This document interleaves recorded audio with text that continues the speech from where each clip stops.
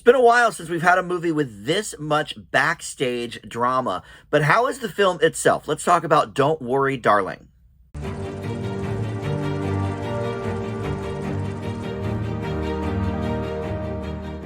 Hey guys, Dan here. This is Dan Reviews It. Welcome to my spoiler-free review for the new film Don't Worry, Darling. This is in theaters right now, and you've probably heard about a lot of the backstage drama surrounding this film. It's directed by Olivia Wilde, and there have been rumors that her and Florence Pugh, sort of fought during the process. Shia LaBeouf was famously kicked out of the movie, and then at the premiere, Harry Styles may or may not have spit on Chris Pine. Turns out that was sort of not really what was happening, but, that was in the rumor mill for a couple of days anyway. So, aside from all the backstage stuff, we're going to talk about the movie itself, Don't Worry, Darling. But before we get to it, I want to welcome you to Dan Reviews It. Thank you for finding this video and invite you along to subscribe to my channel if you're not one of my subs already. Would love to have you there. Comment about this movie, because I think there's a lot of talk sort of on both sides of the aisle of whether or not this is a quality film or not.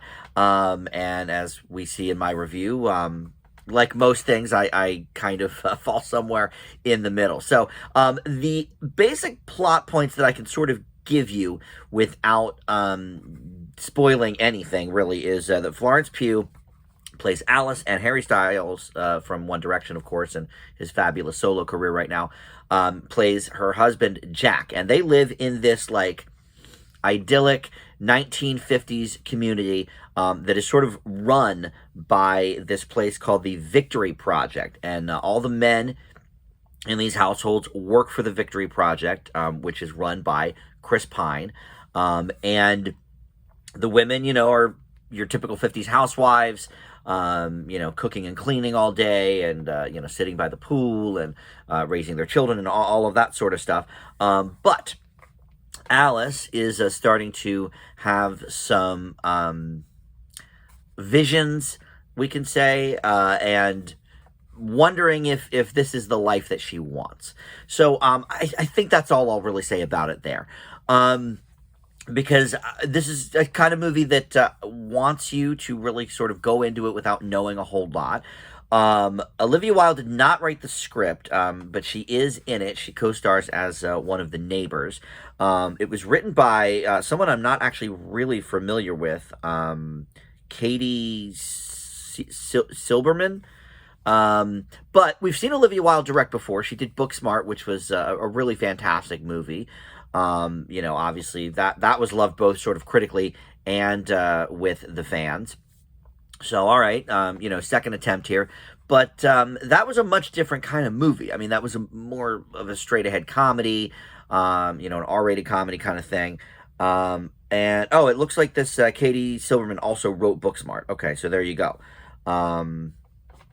So they obviously have a working relationship. But, again, that movie was quite different in tone and really in just about every way. This movie is more of a, not necessarily a satire, but sort of a, holding the mirror up to society kind of thing. Booksmart, maybe they did a little bit of that. And obviously there's sort of female empowerment themes in both movies. We could say that. But for this one, it is more of a mystery, suspense kind of a feel.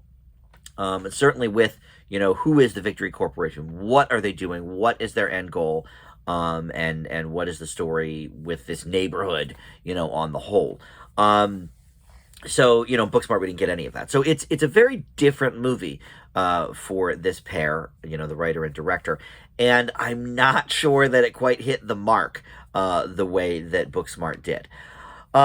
For one thing, the tone is, I don't want to say it's all over the place, because it's not quite. But there are a lot of, really obvious plays on, women in society and how, society views women and what their sort of, quote unquote role is.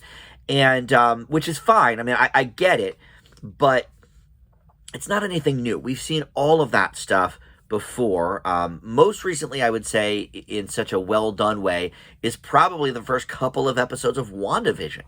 To be honest, it showcased that sort of 50s and 60s ideal, nuclear family, with the woman just loving her life and staying at home, and June cleavering it up. And obviously everything about WandaVision was so sort of spot on, one of the great shows from the Marvel Universe. But this, I see what they're doing, I see where they're going, but I'm not sure if it told us anything new sort of in that arena. And then we get to the mystery itself. I think people may be torn about how the movie resolves, and I won't go into detail about any of that for spoiler sakes, but I think the people maybe that don't love this movie so much are going to fall on that side of like, boy, that ending kind of ruined it, or it didn't quite make a ton of sense. I think it sort of did make sense, but I think it was way too sort of forced. They clearly are trying to do some sort of like Jordan Peele type thing here. That's sort of the go-to, I think, now for like an R-rated horror or suspense movie, is sort of that Jordan Peele template. We've seen many imitators. Antebellum was one of them, and none of them match up, and this one certainly does not either. So, in the tone and stuff, all right, not great, but I see what they're doing. I see what they were going for, and I didn't necessarily hate it, but it didn't all connect the way that I think it should have for me. So now we get to the acting, and Florence Pugh, I will say, is the best thing about this movie. Other than, look, yes, they got the whole 50s, family lifestyle that we saw in the 50s TV shows. They got that down, but it's not that hard to do. I think most movies and TV shows that attempt that really do sort of hit the nail on the head and get it right. So it's fine, but Florence Pugh is the best thing about this movie for me. I really feel she is a great up-and-coming actress. We're going to be seeing her a lot more, I think, in bigger budget movies. Obviously, she's going to be the new Black Widow, I guess, whenever we get to another Marvel story with that character.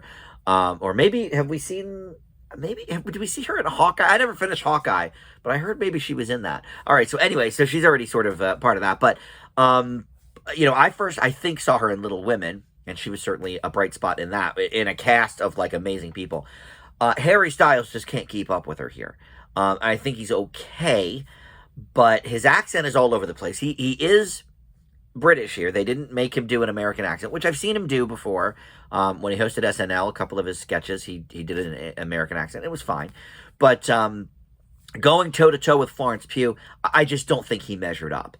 So he was definitely a weaker element in the movie. And I really like his music. I think he's a cool dude. But yeah, I'm not sure if, heavy dramatic acting is where he needs to be. Maybe in a comedy or something. But going toe-to-toe with her didn't quite pan out for me. So yeah, overall, I can appreciate what this movie is trying to do and trying to say. I'm just not sure that a lot of it worked in the way that it was supposed to for me. So I leave Don't Worry, Darling with a C-. All right, thanks so much for watching, and I'll see everybody next time on Dan Reviews It. Bye.